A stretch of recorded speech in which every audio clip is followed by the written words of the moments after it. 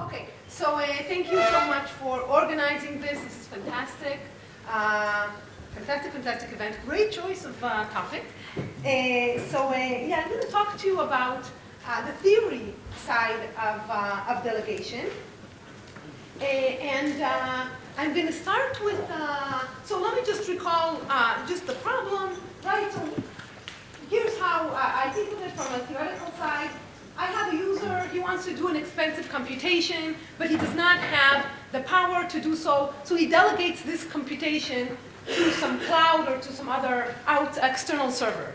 So he tells the server, please help me do this computation. Compute a function f on input x, and the cloud returns the answer, f of x, does the computation for him, but the user does not necessarily trust this cloud, okay, and hence wants a proof of correctness. Okay, he either doesn't trust this cloud or he's just, concerned about some bugs in the program or errors, and he wants a proof of correctness.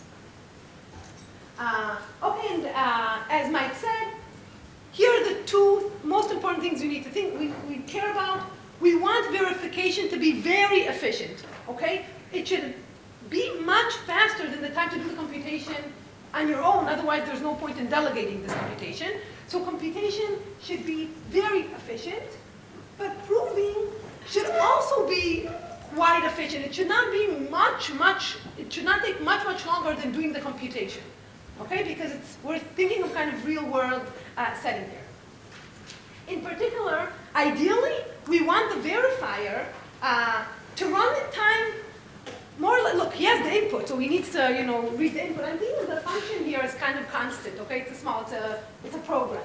So we want it to run in the input length, but not much more than that, ideally. And we want the prover to run more or less this. I'm just repeating kind of what Mike said. We want the prover to run in time more or less the time it takes the computation, which I'm denoting t of f, the time to take to compute f, not much more. That's what ideally we would like. But let me actually even say, even this in many settings is too much.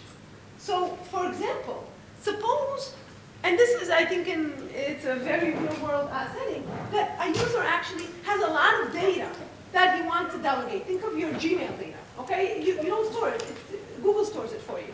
So we have all this data, which we delegate. And this data is huge.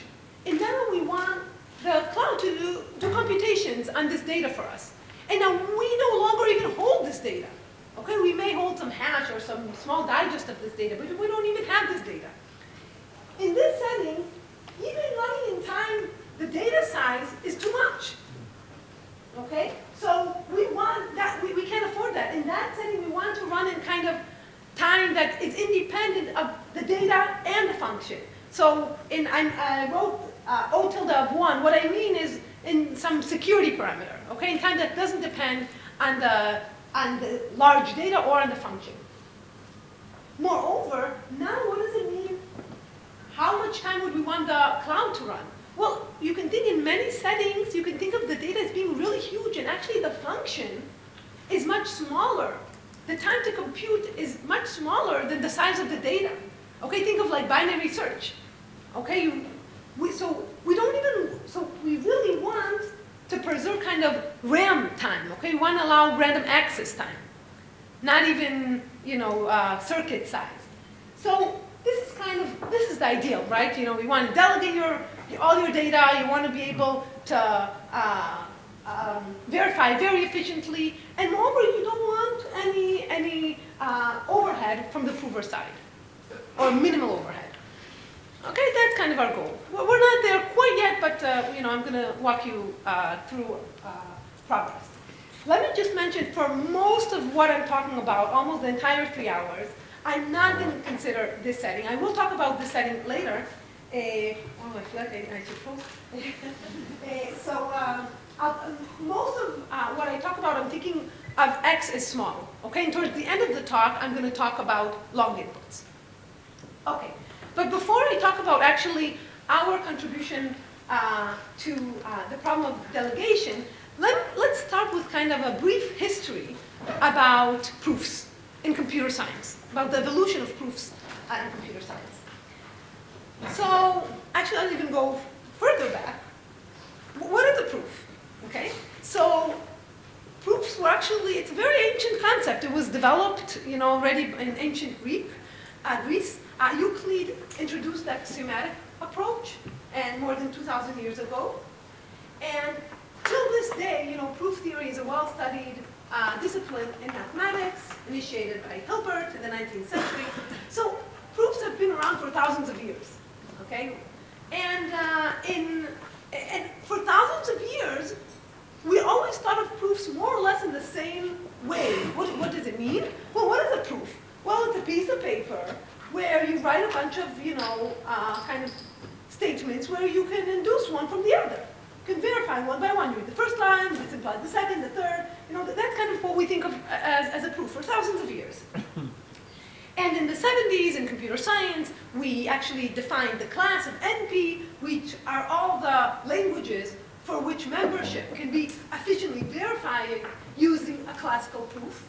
Right? And until this day, one of the most important, arguably the most important problems in computer science is whether, what's the power of this language? Is it equal to P or not? Okay. But what do we care? Let's now, okay, so very nice. In computer science, we had, NP, which, are languages that can be proved efficiently. Does that help us for delegation? So in the mind of delegation, what do we want? We want to be able to prove language of the form, look, this Turing machine M computes X, and input X computes Y, outputs Y in time T. That's what we want to prove in that kind of type of statements we want to prove for delegation. And unfortunately, we don't have a short classical proof for such statements in general. So this very nice, NP language, it doesn't help us really for delegation. Okay, so despite thousands of years that proofs have been around and always been just this one message type, in '85, the idea how we think of proofs was completely revolutionized by Goldwasser, Micali, and Rakov, where they defined the notion of interactive proofs. The motivation for this was cryptographic. It was the reason they defined it, their goal was to get zero knowledge proofs. But now, throughout these 3 hours, I'm not concerned about knowledge. I'm not going to talk about hiding. It's just verifying. Okay, it's actually, these 3 hours that I'm going to talk about, it's not crypto really, in the sense that I don't want to hide anything. I just want a proof of correctness. Okay, it's just verifiability.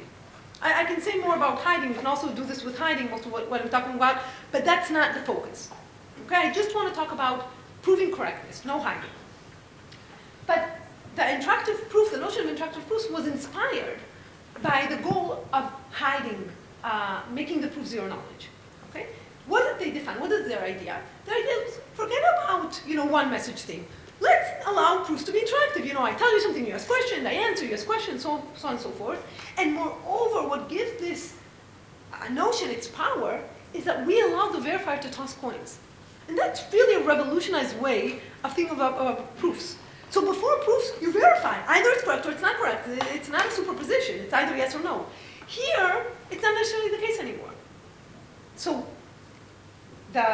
what you get from an interactive proof gives you the following guarantees. So completeness says, well, if the statement is true, or if X is in the language, then the verifier accepts with probability 1. Sometimes it accepts probability a little less than 1, but for now, think of accepts with probability 1 over his coin tosses.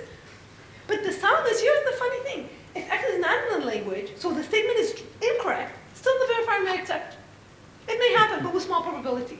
So the verifier tosses coins. As Mike said, it's only over the coin tosses of the verifier. The verifier tosses coin. And with some probability, think about negligible, very, very small, he may accept an incorrect proof. But only with negligible probability. So most likely he's gonna reject incorrect proof. With very, very small probability, he's gonna accept them. Okay? So this was a very weird, revolutionized way of thinking about proofs. And by the way, interrupt me with questions if you have any questions throughout my talk. Okay, don't wait. Just raise your hands. The point of this is to teach you guys, so please ask if you have questions.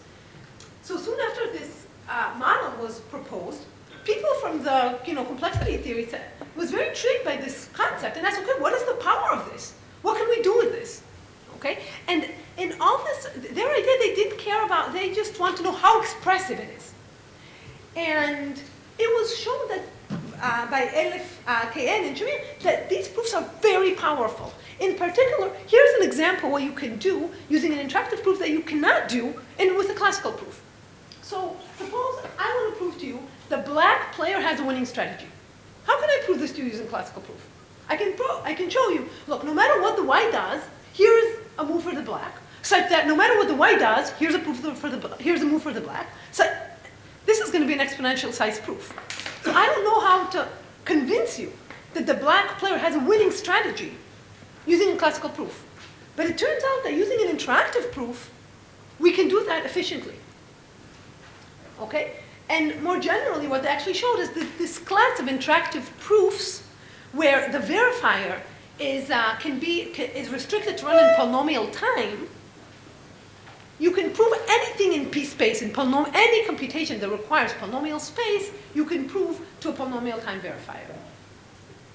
Okay, so this is actually very expressive class. Okay, so but maybe more generally, every deterministic computation has an interactive proof where the verifier runs in time polynomial in the space and is the input size and the input size.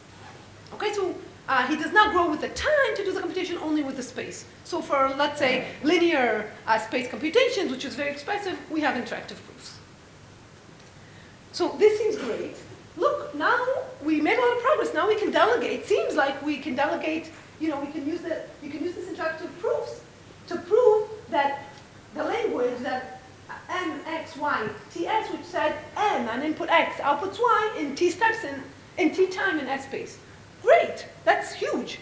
Unfortunately, using these proofs, the prover runs in exponential time. Actually, it runs in time 2 to the space squared. So even for log space computations, this is way too much. So this theorem on its own is completely useless for the real world application of delegation. Okay. Okay.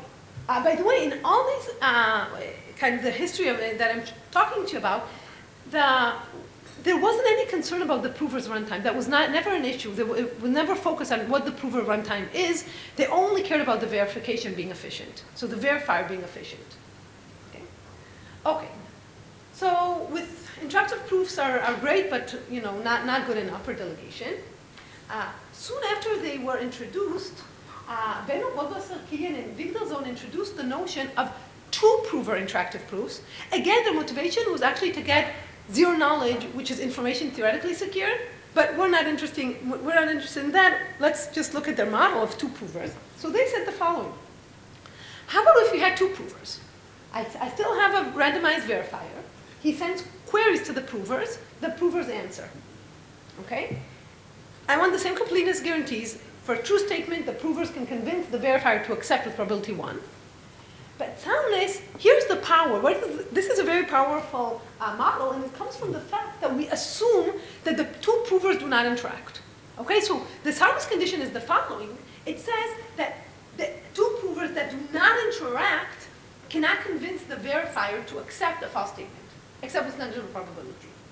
Okay, so the provers may talk ahead of time, but before we send them the two queries, we put them in separate rooms and they cannot interact. Okay? We give them the queries, they send the answer, and we check. Is this model clear? Okay. It turns out that this is a very, very powerful model. It was shown that actually any proof can be made exponentially shorter using two-prover interactive proofs. Okay, so if you have a proof of size, 2 to the n, then now the queries and answers are only size poly n. So it's amazing. And moreover, we even know how to make we can convert, so the provers can even be efficient. In other words, given, if you have any proof, given this proof, the two provers, they have only a polynomial overhead over these proofs in this model. So for example, for NP or for computation that takes, time t to compute, these provers will run time poly t. Okay, and the verifier will be very efficient, very, very efficient. This is amazing. And at first, one thinks, how come this is so powerful? What makes two provers so much more powerful than one? And intuitively, if you think about it a little bit, it's kind of clear the power stems from the fact that they do not interact. So think, for example, of two suspects. Okay, I have two suspects. Okay, they committed a crime. If you put them in two separate rooms, it's very hard for them to cheat because they need to cheat consistently, and that's very hard. So it's very easy to catch them if they give a wrong, if they try to prove an incorrect statement or trying to prove a false statement.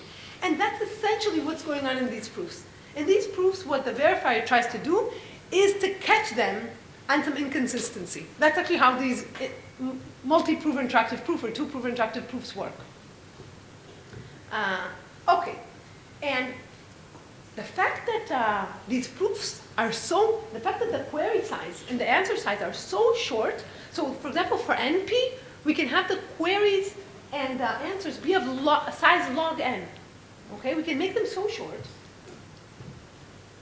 Oh, sorry. So for these kind of languages, for the language that m, x, y, t, that state that m on input x equals y within t steps, you can do using an interactive proof. Prover is efficient, run in time poly t, efficient theoretically, yes. Poly t, verify very efficient, runs in essentially the size of the input, not much overhead, fantastic. This is great. You need to assume two non-interactive provers, but theoretically speaking, this is great. Okay, not theoretically, no, but theoretically this is great. Okay, and this also supports non-deterministic Turing machine. So they can even prove that, you know, I have a witness, that there's a witness that the Turing machine input X and the witness outputs Y in time T. So this is fantastic. Okay. Sorry. Shortly afterwards, after they were introduced, Faulkner, Rumpel, and Sipser had the following beautiful, simple observation. They said, well, if the number of queries, if the size of the queries is so short, it's so small, why talk to two provers? Why not just have each prover just enumerate the answers to each and every query? So for Q1, here's answer 1. For Q2, here's an answer 2. Just enumerate all your answers for each and every query. Have the two provers do that. And now what do we get? We get a proof. You can think of this as a proof. And the verifier tosses coins and just reads two cells from this proof. This is kind of the starting point of the PCP theorems. So this is kind of amazing. The observation was that you can convert this two-proof interactive proof into one proof. And this proof is very, very different than classical proofs where you need to, you read the first line, this implies the second, this implies the third, and so on. You have a proof, and the verifier, what it does, it tosses coins, it reads two cells from this proof, and it's convinced with high probability. Okay, and this is that's what's called a probabilistically checkable proof. There's been a lot of work on this, and here's the celebrated PCP theorem that says that every proof can be efficiently converted into a probabilistically checkable one of not much overhead, essentially the same size, let's say up to polynomial factors, but by now maybe Eran will talk about how to make it actually much closer to practice. And it can be verified actually reading only a constant number of bits. You can read 3 bits and be convinced with some probability. You want to be convinced without probability, read more. But you can be convinced with some probability, let's say half or more, 1/8, if you only read 3 bits of the proof. So this is the probabilistically checkable proof, the PCP theorem. So where are we? Let's kind of wrap up this history. So we started with classical proofs, okay, thousands of years. And then we moved to interactive proofs, mid-80s, okay. One prover, it interacts with the verifier. Then we moved to multi-prover interactive proof. We have several provers, 2 or more, but they do not interact, okay. We said that this is very powerful. And we ended up by noticing that this kind of led to the PCP, work on PCPs, probabilistically checkable proofs. Okay. In my opinion, this line of work is really beautiful, amazing. I wish I could talk more about it, but instead let's go back to our real world setting of delegation. And in what sense is this different? So here, as opposed to in all the previous work, the focus was on expressibility. How expressive is this now? Can I do all of p-space? Can I do all the next? So with 2 provers, you can do all of the next non-interactive, non-deterministic exponential time, where the verifier is polynomial. It was talked about expressiveness. The power of the prover was not talked about, okay? We don't care how, yeah, well, if you want to prove, languages in X, of course the prover is all powerful. And we want only the verifier to be efficient. Here, we're different. We actually, the focus of delegation is actually languages in P. This is kind of motivated by a real-world problem. All our computations are, in some sense, polynomial time. We're all bounded, and we want to do bounded computations, but some of us are more bounded than the others. Some of us are cell phones, some of us are servers, and the focus of delegating computation is actually the user wants the cloud to help him compute a function in P that runs in time T. T is not 2 to the 1,000. T is also, relatively small. But the poor user cannot afford to run in that time. Okay? So the difference is that the work on delegating computations actually focuses on tractable languages, on languages in P. Not necessarily, you can think of any T, but kind of, when I think of it, I think of languages in P. Okay? But the point is, we don't want the verifier to run in the time it takes to compute. And I do want the prover to be close to the time it takes to compute. I want efficient prover. So that's kind of the difference in philosophy between delegating computation and the earlier work on proofs.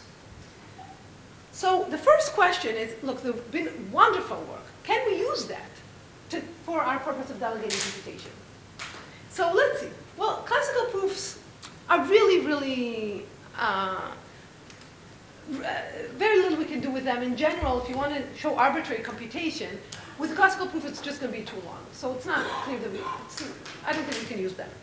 How about interactive proofs? Interactive proofs are actually more powerful. That's great.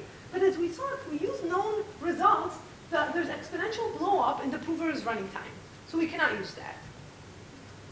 With a multi-prover interactive proofs, well, it requires an assumption of two clouds that do not communicate. And we do not want to make that assumption. We assume we have only one cloud, so it's not clear how to use that either. And then how about PCPs? Well, PCPs, you can verify efficiently, but the PCP itself is really long. And the soundness stems from the fact that the prover actually writes this PCP somewhere. You're given the PCP, and you only read very few number of bits, but how do you store this PCP? The poor verifier, not only he can't run, he can't store either. So it's not clear that we can use that either. So very nice, but it's not clear that, a priori, it's not clear that we made any progress. Okay, nevertheless, I'm going to show you that actually this beautiful line of work is very, very useful for delegation. Okay, so, and we're going to start with interactive proofs. So we're going to show how we can make interactive proofs better and make them useful in the context of delegation. Okay, so let's look back at LFKN and Shamil's theorem, and here's what they say. They say that, the more precise statement, they say that every statement of the form Turing machine n on input x outputs y, within, let's say, t steps and s space, has an interactive proof. The verifier runtime is polynomial in the space. It grows with the space in the input.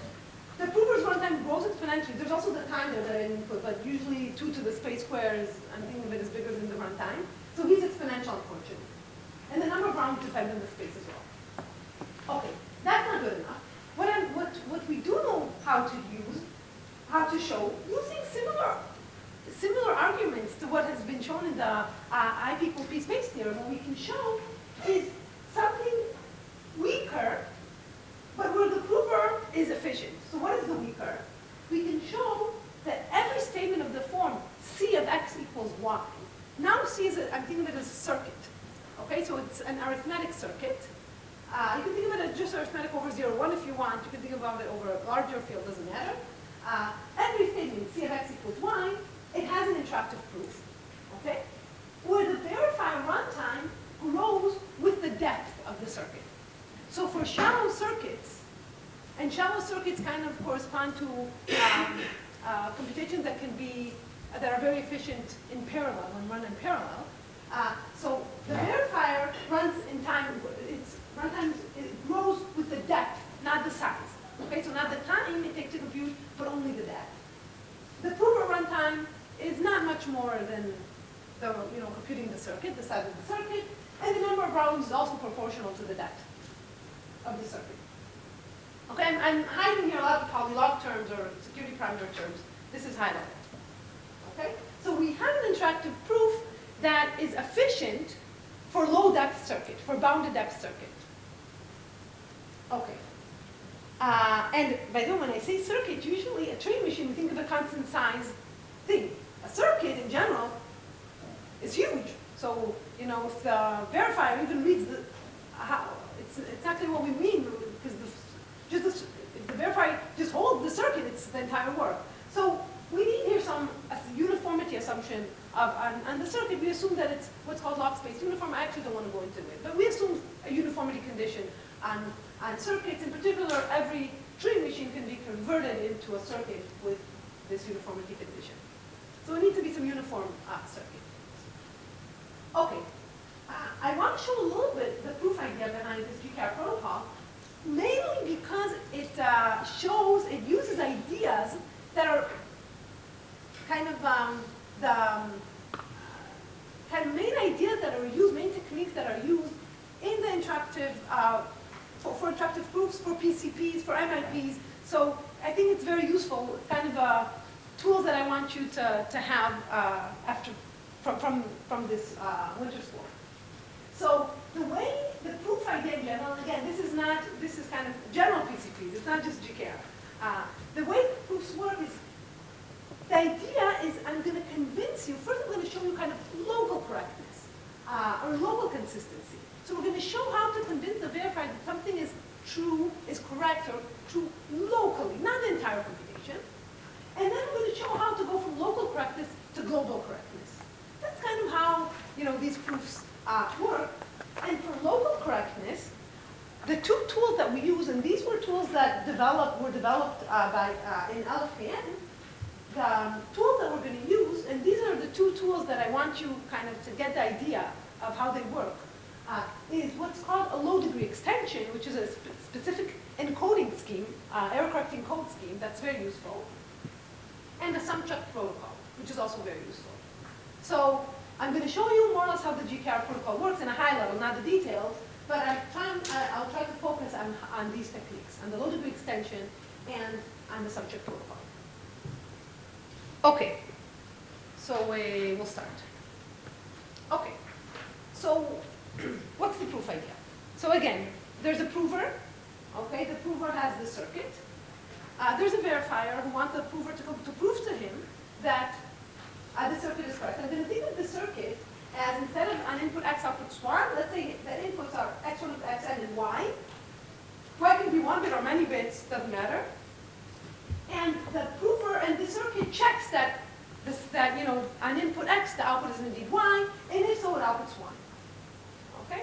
So the prover wants to convince the verifier that the circuit, when on input x checks that the output is indeed 1, is indeed y, namely, he wants to convince the verifier that this output is indeed 1.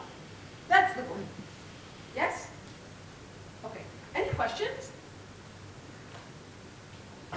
Okay, so how does the prover convince the verifier that the output is 1? First idea that comes to mind, so note x and y are fixed. Okay, the prover comes and says, look, the circuit on input x, output y, both the prover and the verifier know what x and y is. Now what the verifier can, so each gate here corresponds, because it corresponds to a value. Each gate here, think of it as a plus and multiplication, okay? Think of it as an arithmetic circuit. Every gate has a value. Okay, so the values here of the, so the value here is just x1 up to xn and y's. The value here, if this is a sum, then the value here is x1 plus x2. If this is a negation, then it's negative, actually you can think of it as no negation, but you can, each gate has a value, right? And the verifier wants to make sure that, the value here is indeed 1 from this computation. What he can do, he can ask him, give me the value of these three and make sure it's consistent. Okay, and give me the values of these three, and just go on all the values. But that's, of course, too expected. It's like doing the entire computation, so we cannot do that. But this is kind of local to global. It can do all the local checks, and if all the local checks are correct, then globally it's correct. But that's too expensive. So the idea is instead, let's do two entire layers at a time. Let's check consistency between two consecutive layers, but efficiently. Okay, so I'm going to check consistency of each two layers very efficiently, not in time that's not proportional to the size of the layers. And I'm going to do that for each and every two layers. That's the idea. Okay. So I want to check two consecutive layers very, very efficiently. How do I check a big thing very efficiently without kind of looking at it all? Yeah, I do some encoding. That's kind of, it calls for kind of do some error correcting code. And so we do some error correcting code, a linear error correcting code. Actually, it's going to be the low degree extension that I'm going to talk to you about. But now just think what the prover is going to do on his own.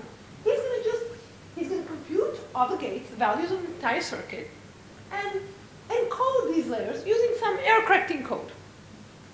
So he's going to do some error correcting code on it. And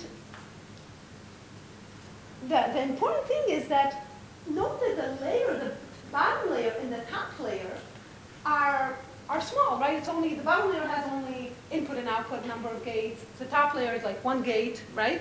And the middle layers can be, I'm thinking of them as being very big. Okay, that's where all the computation happens. But the verifier, if you ask the verifier, can you compute an element in the error correcting code here, or here, then he can do that on his own very efficiently. Because the bottom layer and the top layer are small. Okay, so he can compute points in the error correcting code efficiently in the top and bottom layer on his own. Okay, and we're going to use that. Okay, so that's my assumption. That falls from the error correcting code. The verifier on his own can compute points in the top layer, the output layer, and in the input layer on his own. Okay, now so here's how the proof goes, the GCAR protocol. Here's the idea. The verifier will start by choosing a random point in the output layer and compute its value, assuming the output is 1. He's going to believe the proof. He's like, you really want to compute the output is 1? I'll go with you. Output is 1. I'm going to compute on my own the value of the error correcting code in a random point in this encoding. Let's call the point VD. That's what he computed. Okay. Now they're going to run a protocol for local correctness. Okay? This protocol for local correctness, that's where the subcheck and so on goes in. But this is the guarantee from this protocol. So I'm going to explain what this protocol is, the local correctness part. But here's the guarantee. The guarantee says the following. It's a small protocol. The verifier is randomized in this protocol. And in this protocol, they talk. At the end, the verifier will choose a random point in the encoding of the second layer. Okay, a random point here, value VD is a value, and this is the guarantee from this protocol. The guarantee is the following: if VD is not the correct value, and it won't be the correct value if the prover lied, if it's actually 0. If the real value is 0, then the value there will be incorrect. So if the prover lied and the value is 0, which means that VD with very high probability will not be the correct value, then with high probability, the next value, VD minus 1, is also not the correct value. This is what the local, the protocol for local correctness will give you. That's the guarantee it will give us. Okay, it will give us the guarantee if the value in a point in the error correcting code of the top layer is wrong, then the value of a random point of the error correcting code in the second layer is also wrong with high probability. Okay, and now we're going to do it again. Now, okay, we're going to get the value. Well, it was wrong, it will still be wrong. VD minus 2 is another random, this cell is also a random cell in the low degree extension. And in the error correcting code, sorry. And we're going to continue until we get down. Okay, so we're going to run this local consistency, this protocol for local correctness, D times, where D is the depth of the circuit. And each time we're going to get the guarantee that if we were wrong, if the prover tried to convince us, if we had a wrong value, we're going to continue to have a wrong himself if it's the correct value or not. And if it's the wrong value, he's going to reject. Okay, the verifier now, when it is V1, he can compute on his own, check on his own the error correcting code of X and Y in a random point. And he's going to check whether the value is V1 or not, and he's going to accept or reject based on that. Okay? So again, the guarantee you get is that if you were wrong on top, then you'll be wrong on the bottom. And that you can check with high probability. Okay? Any questions? Yes? How is it faster for the verifier to go through this proof than to compute it on its own? Good. So we need to do the local correctness protocol like the depth, D type. But the question is, what's the efficiency guarantees from this? Okay, how long does the proof, what's the verifier proof of runtime to run this little protocol? And here it is. This is the answer to your question, I believe. To do each local consistent, this local correctness, the verifier needs to run in time polylogarithmic in the size of the circuit, and the prover runs in time polynomial in the size of the circuit. Okay, so the prover runs proportional to the size, the verifier only polylog in the size, so very efficient. Okay, and the number of rounds is also polylog in the size of the circuit. Okay. And by the way, I'm going to just show you this protocol is, I'm throwing poly all over the place. I believe, well, Mike knows more. You can make using, one can use these ideas and make them, throw in a bunch of other ideas to make this thing actually much more efficient. So I'm kind of showing it theoretically speaking, but I think optimizations can be done to make this thing actually at least implementable. Okay. So this is the guarantees for the protocol for local correctness. Okay? Yes? The verifier runtime is for each of the local correctness. Yeah, for each, exactly. So I need to run this D times. Okay, so D times that. Yeah, so the overall runtime is D times that. Exactly, I'm going to do a D times for each 2 consecutive layers. Any other questions? Okay, so now I need to explain to you what this local correctness protocol is. Okay, and this is where the fun stuff comes, the subject protocol form.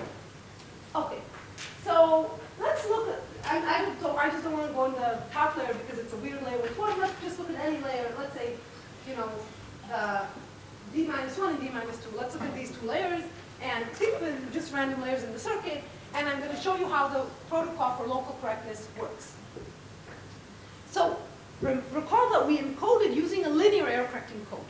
What does it mean, a linear error correcting code? By the way, for those of you who are not familiar, an error correcting code means that the point of error correcting code is you encode some values, and the point is if one of these values was not true, then a random point in the error correcting code will catch that. It will also be not. So any point in the error correcting code kind of is a digest in some sense of all the points of the encoding. That's kind of the idea of using a local error correcting code. We use a linear error correcting code. A linear error correcting code just means that any point, the VD-1, is a linear combination of all the values of the layer. That wouldn't mean to be linear. It's a linear combination of the values of the layer. Okay? So VD-1 is a linear combination of this and this. And think of it, there's many more here in general. Okay. Moreover, let's suppose, we said that think of this circuit as an arithmetic circuit.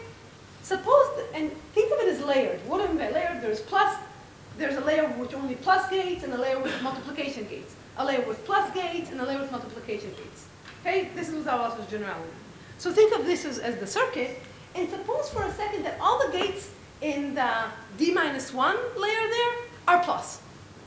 Okay, suppose it's a plus gate for simplicity. So if it's a plus, so VD-1 is a linear combination of the values in the D-1 layer. Moreover, all these gates are plus gates. This implies that VD-1 is a linear combination of the values in the D-2 layer.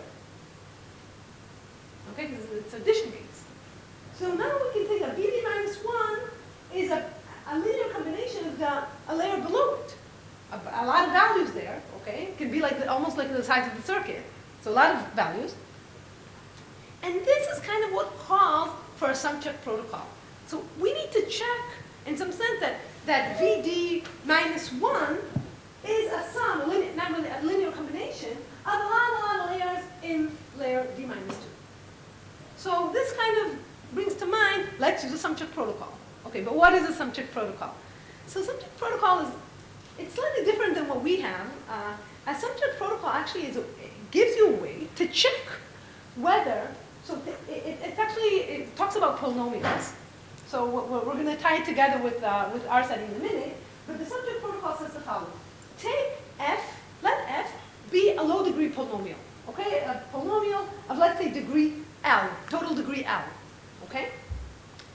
And suppose I want to compute this polynomial on a small set of inputs. So think about this. We have f, that's a polynomial. It's defined over f. F is some field, f to the m. It's an ambivariate polynomial. M can be big, can be small, whatever. And what the sum check protocol allows us to do, it allows the verifier to check that this is a big sum. It's a sum over all I1 of the In in H. So it's a sum over H to the m, points. Okay, it's a sum over all the kind of vertices in this cube. And it allows the verifier to check whether this sum of all these points, these are many, H to the m, think of it as large, that the sum is some number, some element z. Okay? And the proof, and the verifier is efficient. It doesn't run in time H to the m.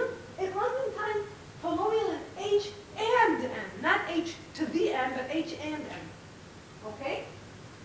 And to verify, and also in the degree.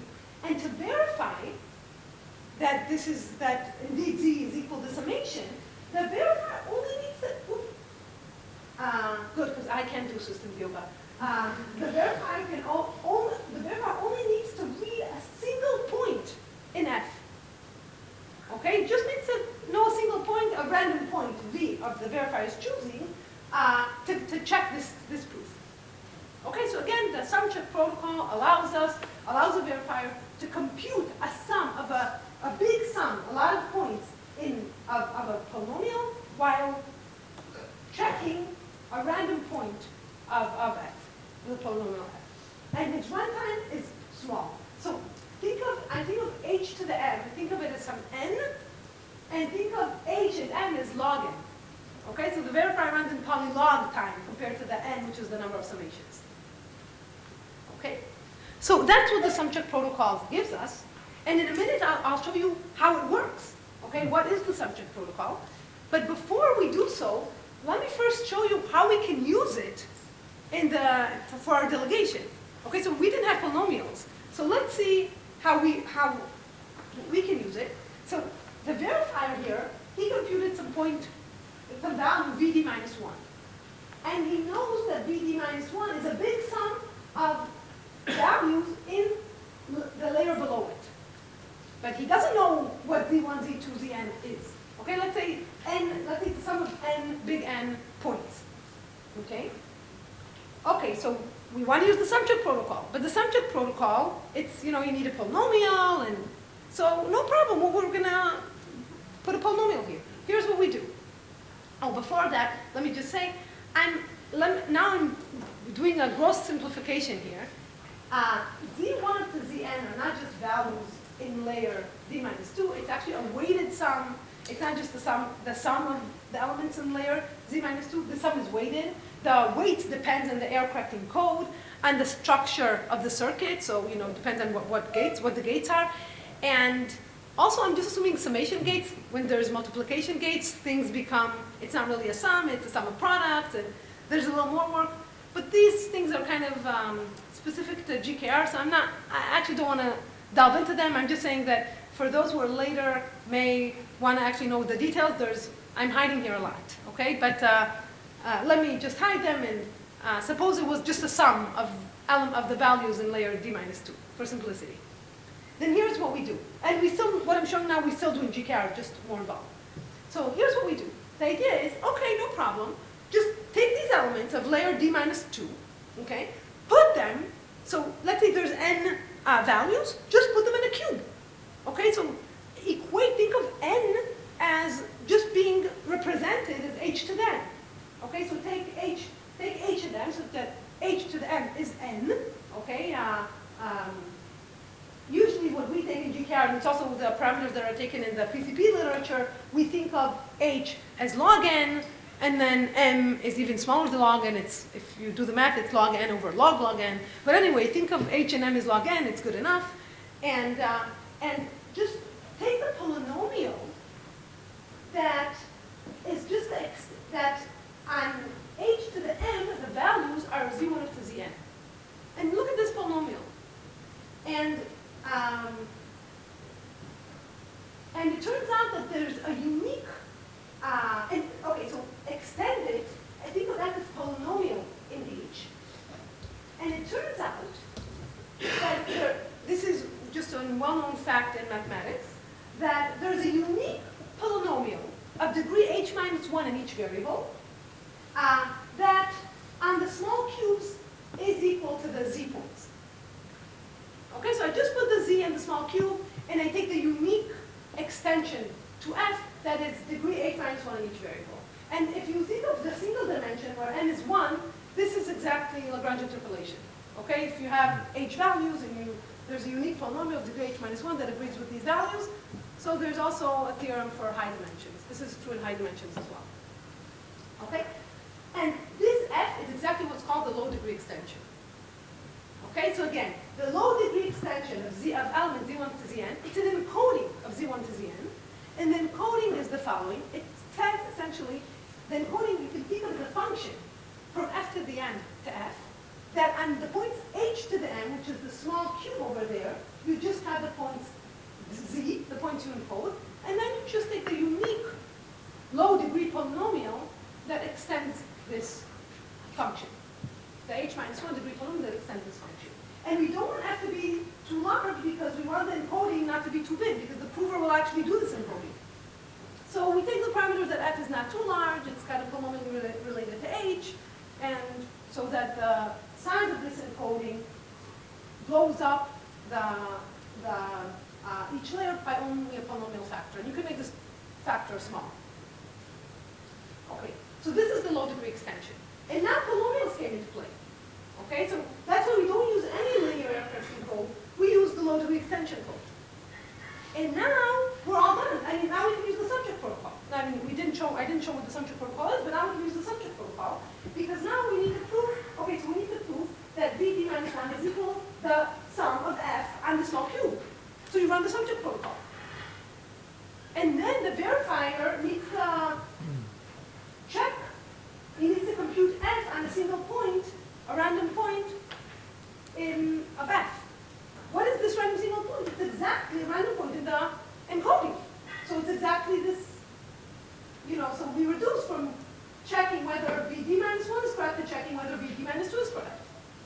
And that's how we go down until we reach level 1. So the main thing, again, just to summarize what we do in the GCAR protocol, we have a value in the low degree. The prover takes each layer, does encoding, the low degree extension encoding.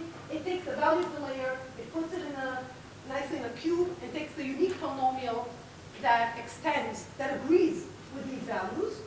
The unique low degree polynomial that agrees with these values. He kind of saves it to himself. And then the prover and verifier, they run from each layer to layer. They run, so we think of vd minus 1 as actually a sum, a weighted sum, not linear sum, but think of it as a sum of the values of the layer below it.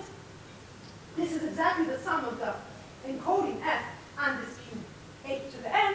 And for that, we have a subject protocol. We run.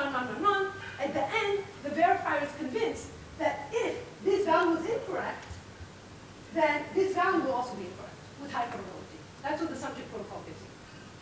Okay, that's how we go down. Yes? I cannot trust the last line. What f of I1 to IN, what should we? Yeah, okay, good. So I'm thinking of n, the number of variables, is h to the n. Okay, so when you write n in binary, it's like 2 to the log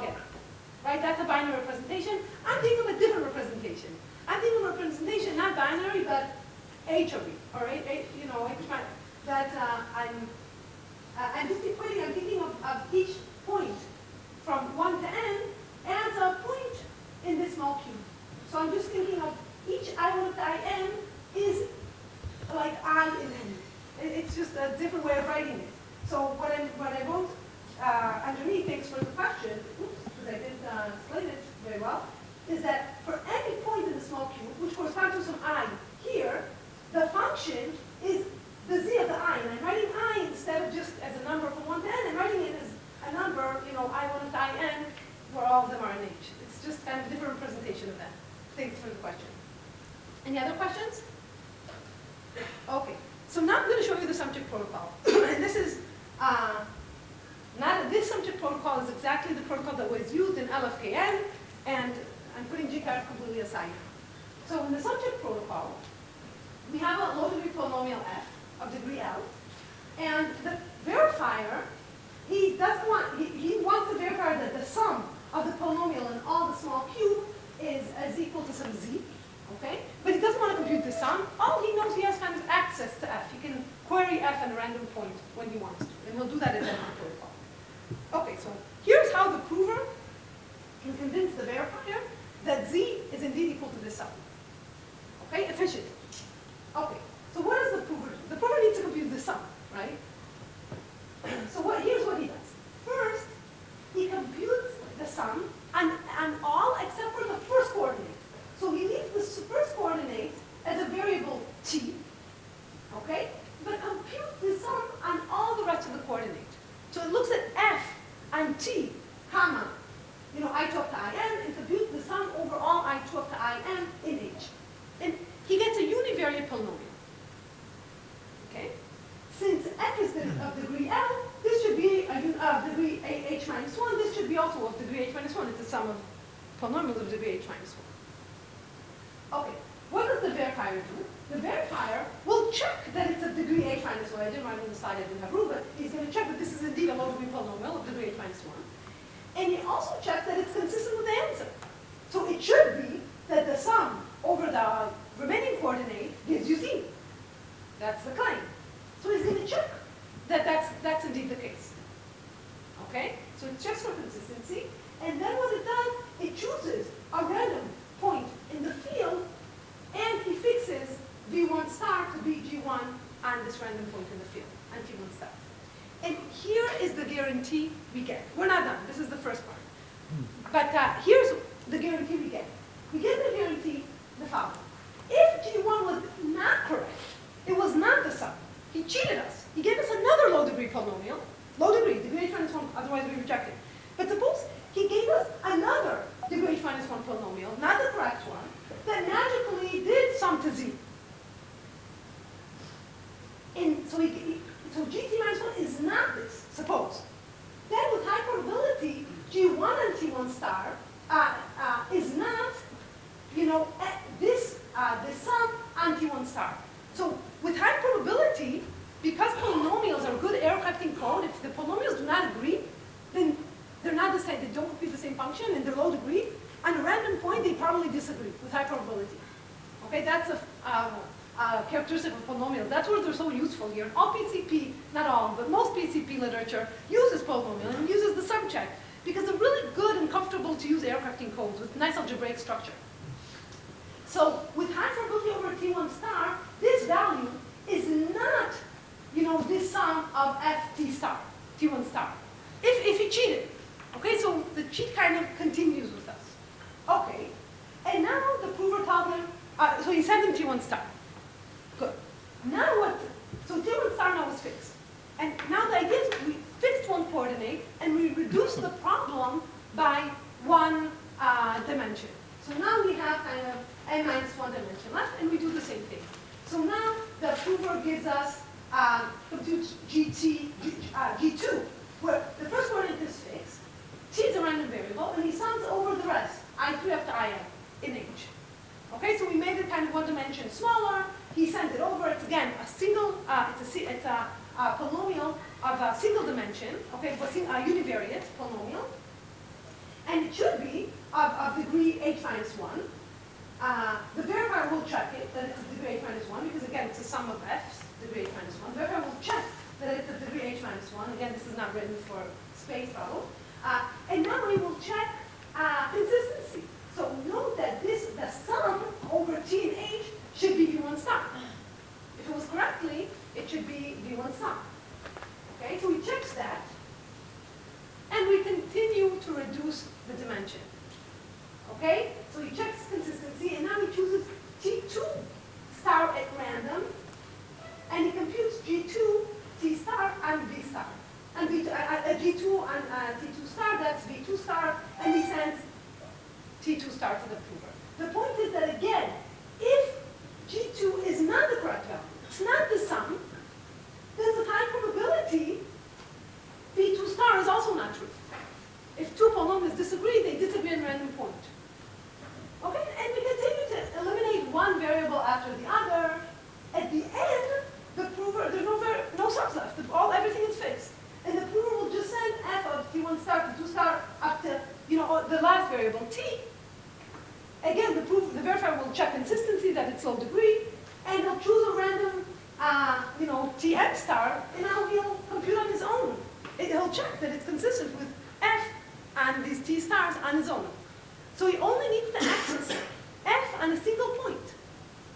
And beyond that, note that this protocol from the verifier's part is very, very efficient. All he does, so h is very small. It's like, in our case, it's logarithmic in h to the m. So think of h and m as log n. So the number of sums is n, and the verifier, he runs, the number of rounds is n, which is log n. Actually, it's usually log n over log n, but it doesn't matter. It's logarithmic number of rounds.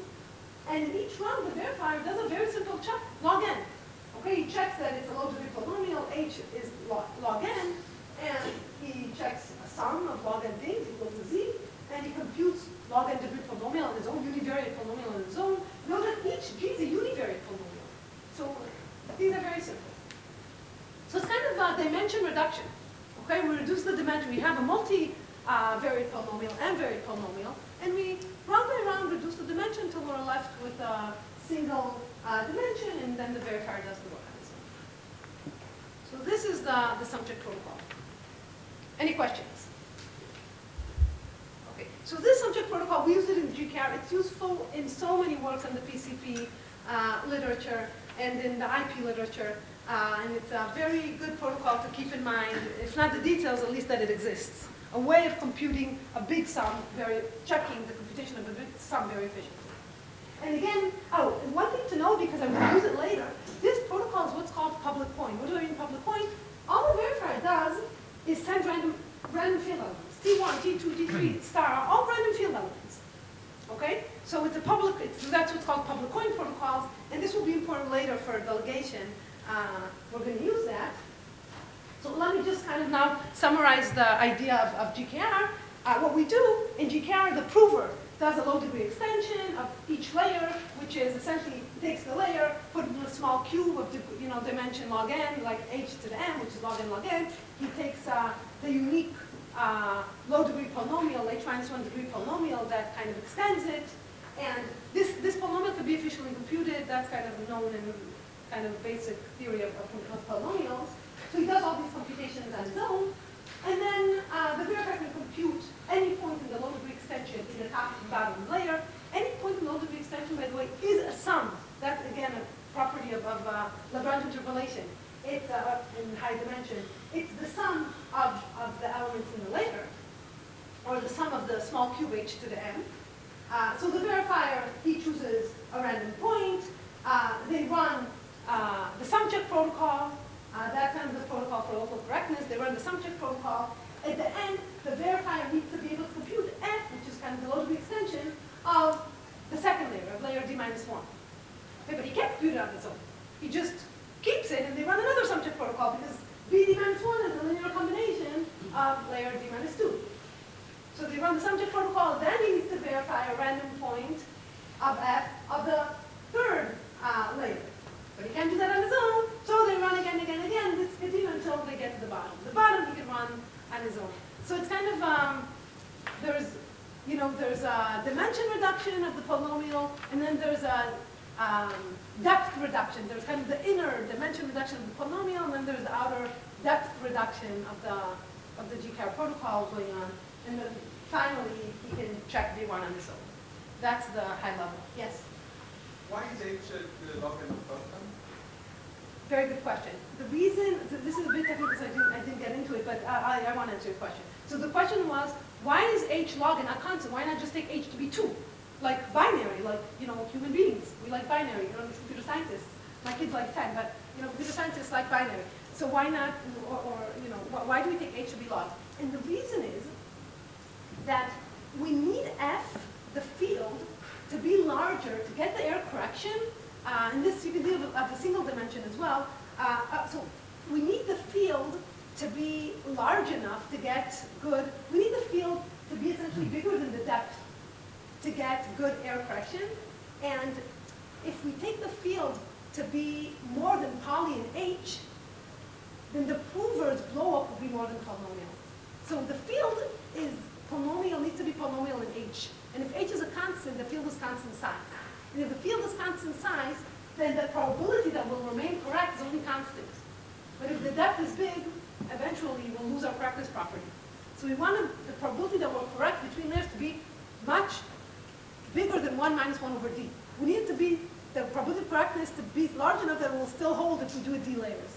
So that's why we take H to be big. That's the short answer. But great question. Any more questions? Yes? So is this procedure inherently sequential? So you need to go like one after another and there is no way to parallelize? Great question.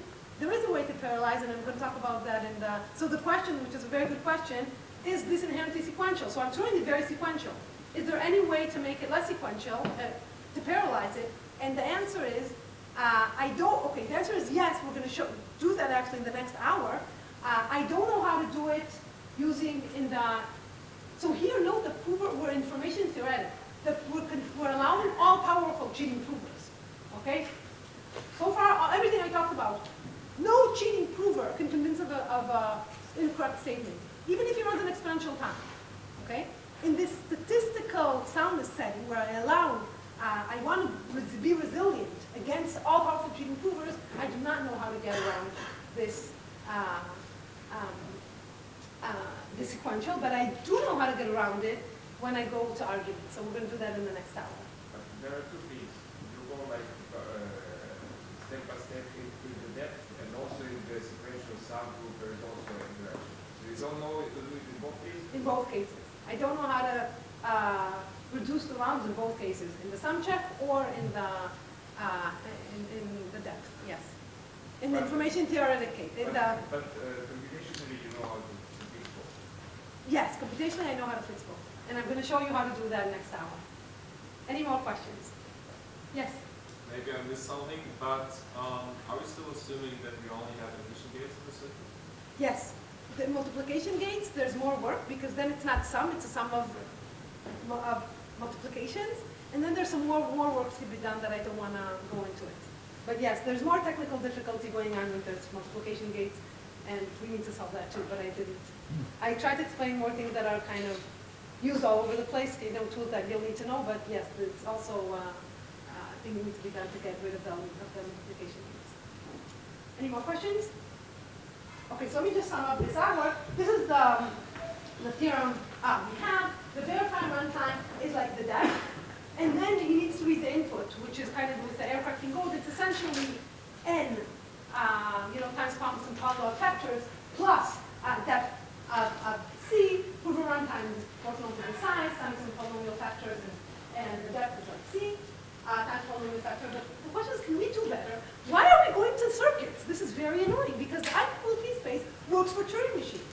So why do we need to go to circuits and talk about depth where I know I have to talk about space because I equals P space. What can I do? I just talk to space. But why circuit in depth? That doesn't seem like the right answer. It should be, here's what I think it should be. This is it. I wish I had this here. Every statement, M, Turing machine on x equals y, has an infactor proof where the verifier runtime blows up with the space, and the proof is efficient, like the time. Time takes to compute n. That's what I want. And that's the bet from Simon. By the way, I wasn't the only one want to bet. All of us bet money in science. So that was my question, the $100. And I have to say, so this is my $100 problem. I have to say that I have rumors that it has been solved. But it's not out there yet, so I don't know. But I have rumors that I can even release the names that I think Reingold, Roth, and the Rothblum brothers solved something along these lines, which I'm super excited about, but I don't know, I haven't seen it. So that's my hope. Okay. So the next thing that I'm going to talk about after the coffee break is how to do delegation with computational science. So that's the next step. Thank you.